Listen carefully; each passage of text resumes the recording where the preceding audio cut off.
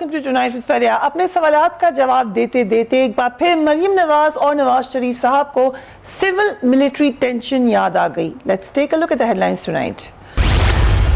Parliament میں 31ویں ترمیم کی منظوری، فاٹا پاکستان کا حصہ بن گیا۔ احتساب عدالت میں مریم نواز نے بھی JIT پر اعتراضات اٹھا دیے۔ نواز شریف کا بیٹی کو کٹہرے میں کھڑا دیکھ کر دکھ کا اظہار۔ دھرنوں کے وقت ماتحت کو فارغ کر سکتا تھا مگر تحمل سے کام لیا، نواز شریف کا انکشاف۔ نواز شریف 2 سال بعد انکشافات کر کے کیا حاصل کرنا چاہتے ہیں؟ پوچھیں گے وزیر انسانی حقوق پنجاب خلیل طاہر سندھو سے، تحریک انصاف کے رہنما فیاض الحسن چوہان سے اور دفاعی تجزیہ کار جنرل امجد شعیب سے۔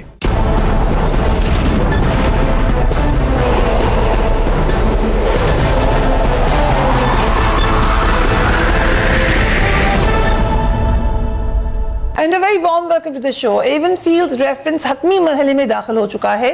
آج میاں نواز شریف کی صاحبزادی مریم نواز نے عدالت میں اپنا بیان ریکارڈ کرایا۔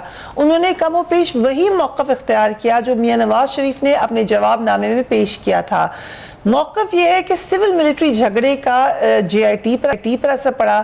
JIT نے جانبدارانہ تحقیقات کی۔ واجد ضیاء جو تھے وہ متعصب تھے۔ ISI اور MI کو JIT کا حصہ ہی نہیں بننا چاہیے تھا۔ میاں نواز شریف نے احتساب عدالت میں صحافیوں سے اپنی گفتگو میں یہ بات کہی کہ یہ نوبت بھی آنی تھی کہ بیٹی کو مقدمات میں گھسیٹا گیا۔ باپ کی آنکھوں کے سامنے بیٹی کٹہرے میں جا کر مقدمہ بھگت رہی ہے۔ جنہوں نے یہ روایت شروع کی ہے انہیں یہ سودا مہنگا پڑے گا۔ ایک صحافی کی جانب سے یہ سوال کیا گیا نواز شریف صاحب سے، پوچھا گیا کہ اگر آپ نے سر جھکا کے نوکری نہیں کی تو مشاہد اللہ پرویز رشید سے استعفیٰ کیوں لیا تھا؟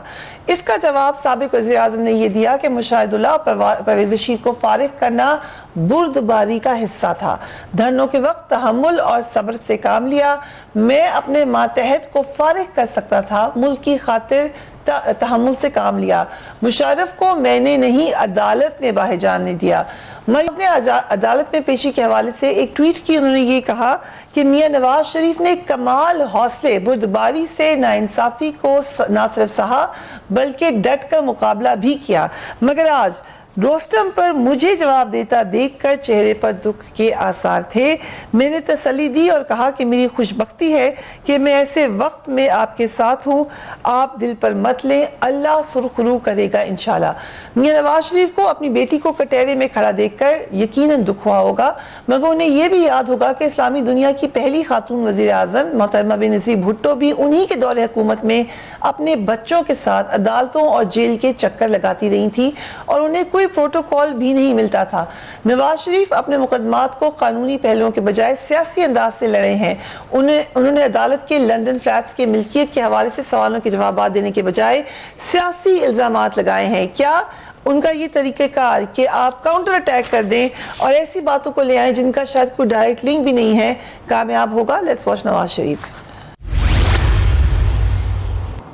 دھرنوں کے ذریعے مجھ پر لشکر کشی کر کے مجھے یہ پیغام دینا مقصود تھا کہ مشرف پر غداری کا مقدمہ قائم کرنے کے نتائج اچھے نہ ہوں گے۔ انہی دنوں ایک انٹیلیجنس ایجنسی کے سربراہ کا پیغام مجھ تک پہنچایا گیا کہ میں مستعفی ہو جاؤں اور اگر یہ ممکن نہیں تو طویل رخصت پر چلا جاؤں۔ اس پیغام سے بے حد دکھ پہنچا۔ مجھے رنج ہوا کہ پاکستان کس حال کو پہنچ گیا ہے۔ And I'll start with you فیض حسن چوہان صاحب، کیونکہ دھرنے کے اوپر بات آ گئی ہے۔ سوال نامہ تو یہ ہے 128 میں سے 46 کے جوابات دیے مریم صاحبہ نے آج، لیکن وہ اپنے سوال اٹھا رہے ہیں۔ انہوں نے کہا دھرنے میں مجھے کہا گیا کہ ریزائن کر دو، اس کے اوپر انویسٹیگیشن ہونی چاہیے۔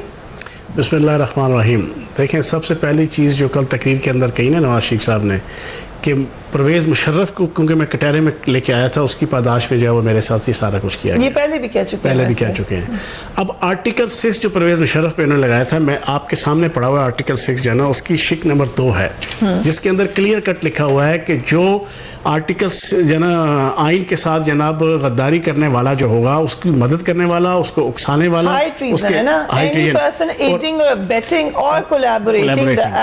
اب آپ مجھے بتائیں، جب آپ نے پرویز مشرف صاحب پہ لگایا، پک اینڈ چوز کر کے سنگل پرویز مشرف صاحب کو لے آئے. زاہد حامد کو آپ نے اپنا وزیر بنا لیا، جو وزیر قانون تھا اس وقت اس کے تعاون کے زمرے میں آتا تھا. ٹھیک ہے. اشفاق پرویز کیانی اس وقت جنا ISI کا جنا چیف تھا، وہ بھی آپ کے تعاون اور ایڈنگ کے زمرے میں آتا تھا. آپ کے 3-4 جنرل آتے تھے، آپ کے بیوروکریٹس آتے تھے، آپ کے پولیٹیشنز آتے تھے. ان سب کو چھوڑ کے جب سنگل ایک بندے سے آپ اپنی نفرت کی آگ بجھانے کے لیے آئین کو جو اپنی خواہشات کی تسکین کے لیے استعمال کریں گے تو پھر یہی ہوگا.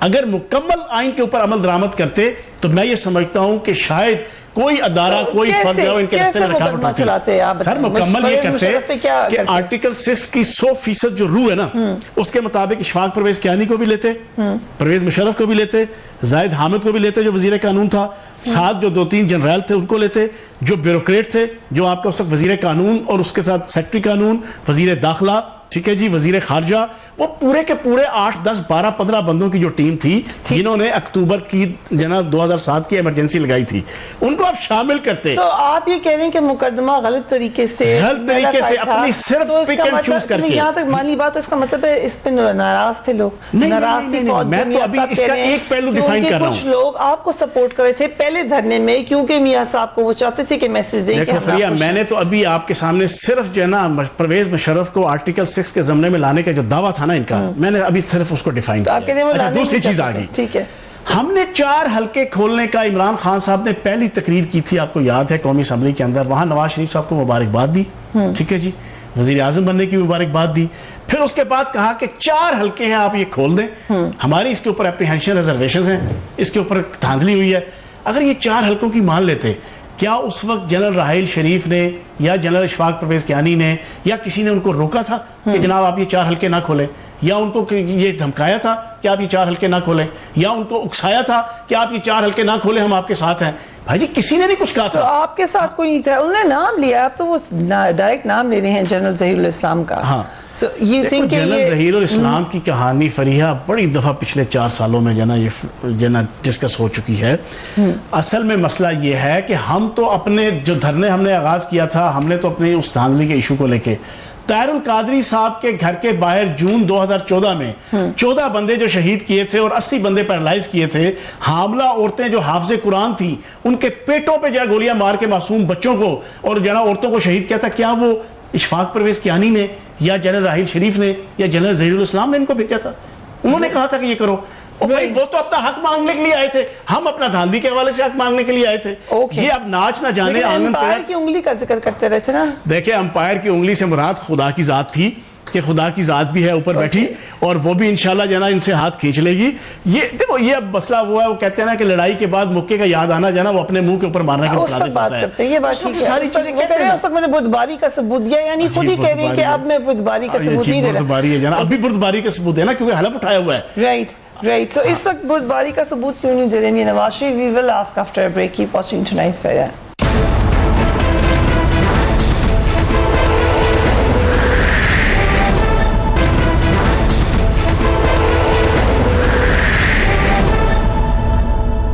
And welcome back. Khalil Tahir Sandhu صاحب، اہم بات میاں نواز شریف کہہ رہے ہیں، اہم وقت میں کہہ رہے ہیں، ان کو اپنے مقدمے کے جوابات دینے ہیں، مگر وہ پرانی پٹاری لے کر آگے ہیں.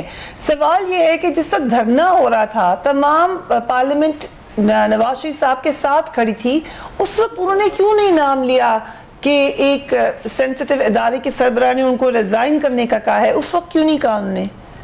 جی پریا، میں سمجھتا ہوں کہ یہ بڑا رائٹ ٹائم ہے اور رائٹ بات انہوں نے کی ہے. کیسے رائٹ ٹائم؟